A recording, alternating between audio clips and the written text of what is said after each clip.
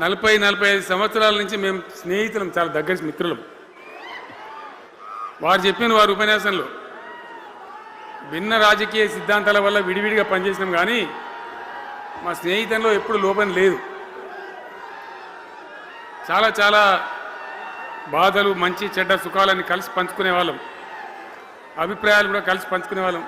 బాబు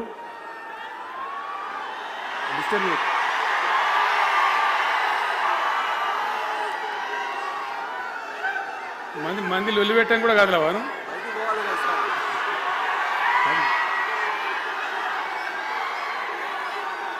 చాలా కలిసి పనిచేసినాం.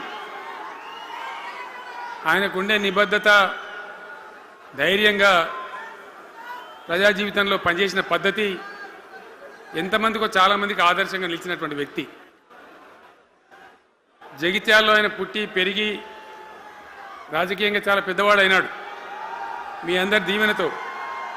కానీ ఒక జగిత్యాల్లోనే కాదు, ఆయనకు పాత కరీంనగర్ జిల్లా వ్యాప్తంగా అట్టనే పొరుగున ఉన్నటువంటి అనేక జిల్లాలలో చాలామంది జీవన్ రెడ్డి గారి అభిమానులు ఉన్నారు. చాలామంది. మీరు లొల్లి పెట్టకుంది, మీ ఫోటోలే బయటికి పోతున్నాయి.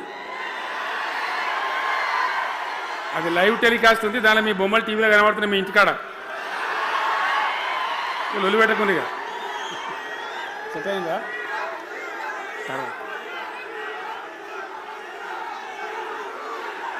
సో అట్లా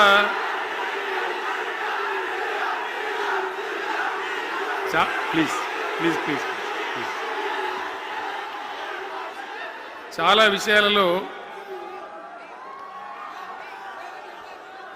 ఆయన ఎంతో మందికి ఆదర్శంగా నిలిచినాడు, పనిచేసినాడు. ఈ ప్రాంతం గురించి తన ప్రాణం పెట్టి పనిచేసినాడు. ఆయన మంత్రిగా ఉన్నా, ఇంకో హోదాలో ఉన్నా, ఎమ్మెల్యేగా ఉన్నా, ప్రతిపక్షంలో ఉన్నా తన ఏరియా అభివృద్ధిని ఏనాడు కూడా ఆయన విస్మరించలేదు. లేకపోతే అన్ని పర్యాయాలు మీరు ఎందుకు గెలిపించారు, ఎందుకంత గుండెల్లో పెట్టుకున్నారు?